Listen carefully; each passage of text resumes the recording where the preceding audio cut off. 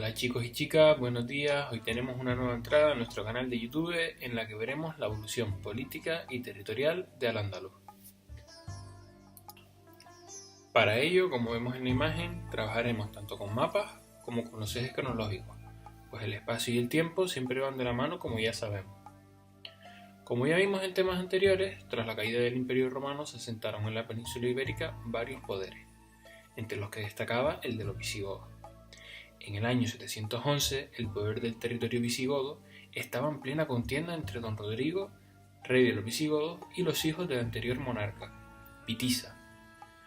Para poder derrotar a don Rodrigo, estos pidieron ayuda a la gente del norte de África, bereberes, musulmanes. Estos enviaron a Tarik, que desembarcó en Gibraltar con su ejército.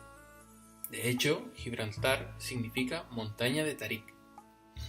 Los ejércitos de Tarik vencieron rápidamente ese mismo año a don Rodrigo en la batalla de Guadalete, que como vemos en el eje, es el hito con el que se suele dar por iniciado el período histórico de Al-Ándalus, concretamente la etapa del Waliato.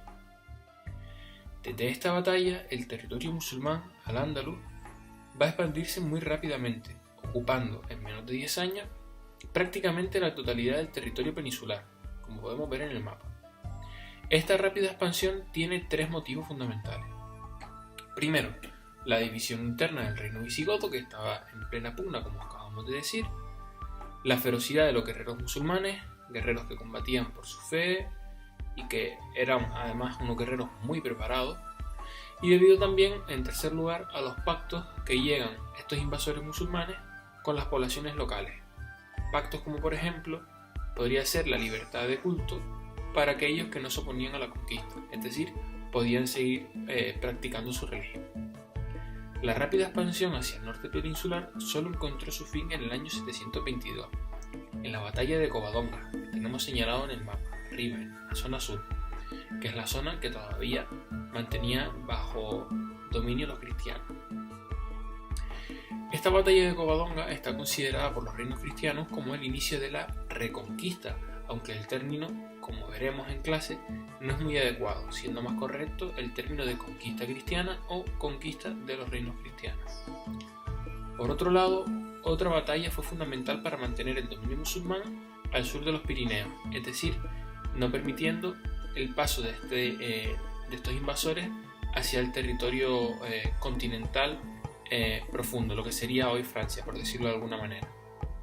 Esta fue la batalla de Poitiers, en el año 732, en el que el ejército de Carlos Martel frenó el avance musulmán hacia el viejo continente.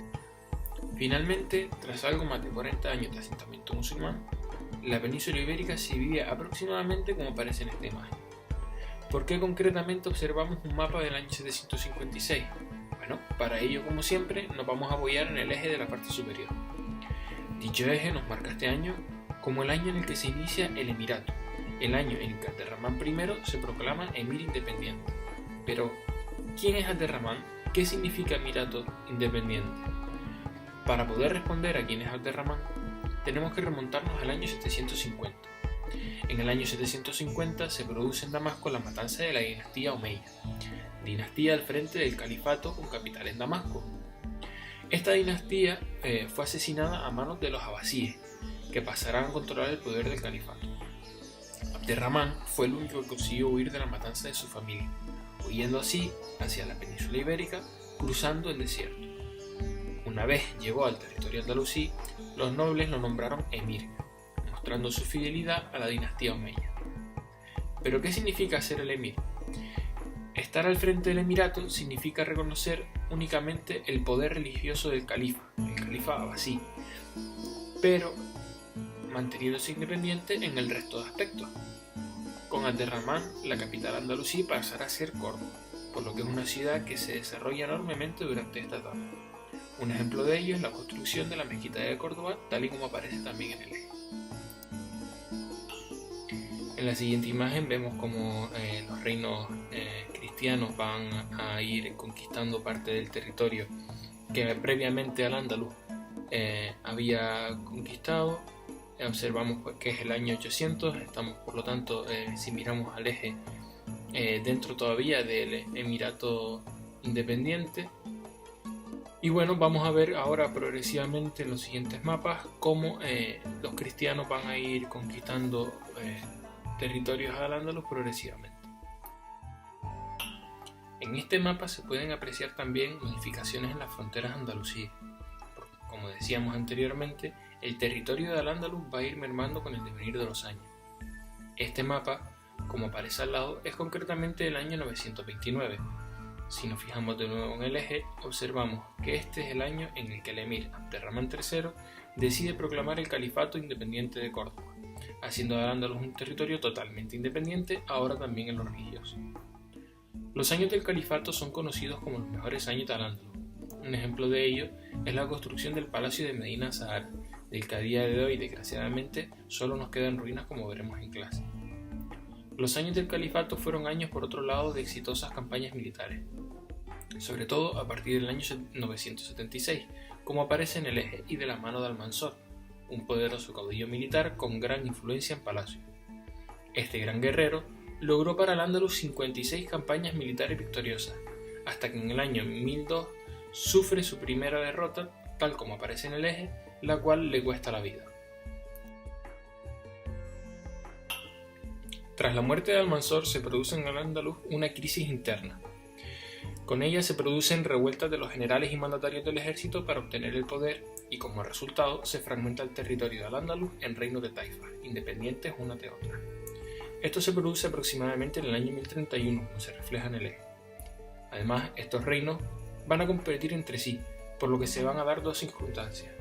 En primer lugar, la difusión del arte califal, puesto que todos quieren imitarlo como símbolo de grandeza. Y por otro lado, la división y fractura interna del Ándalus, lo que les hace más débiles con respecto a los reinos cristianos, que les van conquistando más territorios en periodos más breves de tiempo. Este es un mapa de 1050 donde se vería aproximadamente cómo serían los reinos de Taifa. Como se puede apreciar, la división interna es muy notable y un territorio que estaba unificado se divide ahora en pequeños reinos independientes entre sí. Tras la división del territorio de al-Ándalus en reinos de taifas, se invierte también el sentido de las parias, por lo que el poder de estos reinos de taifas va menguando en favor del de los reinos cristianos. Una muestra de ello es la pérdida del reino de Toledo a manos de Castilla y León, tal como aparece en el eje en el año 1085. Si observamos el mapa, esto permite a los reinos cristianos separar el territorio de al-Ándalus, dificultando las comunicaciones y las posibles ayudas entre los diversos reinos de taifas, lo que supuso una gran ventaja para las futuras conquistas cristianas. La pérdida de este reino de Toledo también supuso un cambio de poderes en la parte de al-Ándalus de la península ibérica, puesto que se pidió ayuda a los almorávides en el norte de África, que se hicieron cargo de los reinos de taifas tan solo un año después de la pérdida de este valioso reino, en el año 1086, tal como se refleja en nuestro eje. Con la llegada de los almorávides, la convivencia en el territorio de al-Ándalus se va a tornar imposible, pues los almorávides aplican el Corán a rajatabla y no toleran la práctica de otras religiones o creencias. La pérdida de Zaragoza y el prestigio militar, sumadas al descontento de la sociedad andalusí, desembocaron en un nuevo cambio político en al-Ándalus, que pasaría a estar dominada a partir del año 1146 por los almohades provenientes del norte de África. Este mapa es concretamente del año 1148, apenas 2 años después de la llegada de los almohades. En él se puede apreciar que durante la etapa almorávide, los territorios andalusíes siguieron mermando hasta encontrarse en esta situación, una vez el control fue tomado por los almohades. La actuación de este nuevo grupo dominante en la península ibérica se basó en la yihad contra los cristianos, la búsqueda del conocimiento y la austeridad. Sin embargo, a pesar de ello, era un gobierno destinado al fracaso, sobre todo después de la crisis global del imperio almohade, que afectaba tanto a los territorios peninsulares como a los norteafricanos. Los principales motivos de esta crisis fueron los problemas sucesorios, el rechazo de la población, la independencia de los territorios de Palencia, Murcia y Jaén, la división del Magreb y sobre todo la derrota en la batalla de las Navajas de Tolosa en 1212, reflejada también en nuestro eje. Esta batalla está considerada como la mayor derrota andalusí y el punto de inflexión en la conquista cristiana de la península ibérica, puesto que suponía la ruptura definitiva del territorio de al-Ándalus. A raíz de la nombrada batalla de las Navas de Tolosa, al-Ándalus sufre su mayor pérdida de territorios en un margen de tiempo muy corto. Por otro lado, A partir del año 1228, el reino nazarí de Granada quedará como único heredero de Al-Ándalus en la península ibérica, un último resquicio de la presencia musulmana en este territorio. Como resultado de todo lo anterior, aproximadamente en el año 1270, el mapa de la península ibérica se vería más o menos como el que aparece ahora en pantalla. Al-Ándalus, por lo tanto, quedó reducido a una pequeña parte del sur de la península ibérica, bajo el dominio de la dinastía nazarí. El reino nazarí de Granada se configuró como un reino íntegramente musulmán. Dicho reino pudo sobrevivir algo más de 2 siglos a pesar de su pequeña extensión con respecto a los reinos cristianos que lo rodeaban, debido a los pactos de paz con Castilla, que hacían del reino nazarí y su dinastía vasallos de la misma, obligando a pagar a este reino el tributo de paria. Sin embargo, aproximadamente 2 siglos más tarde, los reyes católicos deciden romper los pactos de paz con el reino nazarí de Granada para cristianizar de este modo a toda la península ibérica. Así pues, se inicia la última guerra de conquista en relación al Ándalus, es la Guerra de Granada. Muchas fueron las batallas que se dieron, pero solo reflejamos en el eje y en el mapa algunas de las más importantes. Por otro lado, uno de los principales motivos de la rápida desintegración del reino nazarí fueron las luchas internas entre los miembros de la dinastía y los clanes partidarios de unos o de otros, que debilitaron al reino desde el interior y los pusieron a sus enemigos. Dentro de la Guerra de Granada, una de las batallas más importantes fue la del sitio de Málaga, puesto que dejaba al reino nazarí sin su principal puerto y por lo tanto impedía también la llegada de refuerzos de sus aliados desde el norte de África. Sin embargo, la última estocada del reino nazarí de Granada fue la conquista de Almería, en la que fue una de las batallas más duras de la guerra.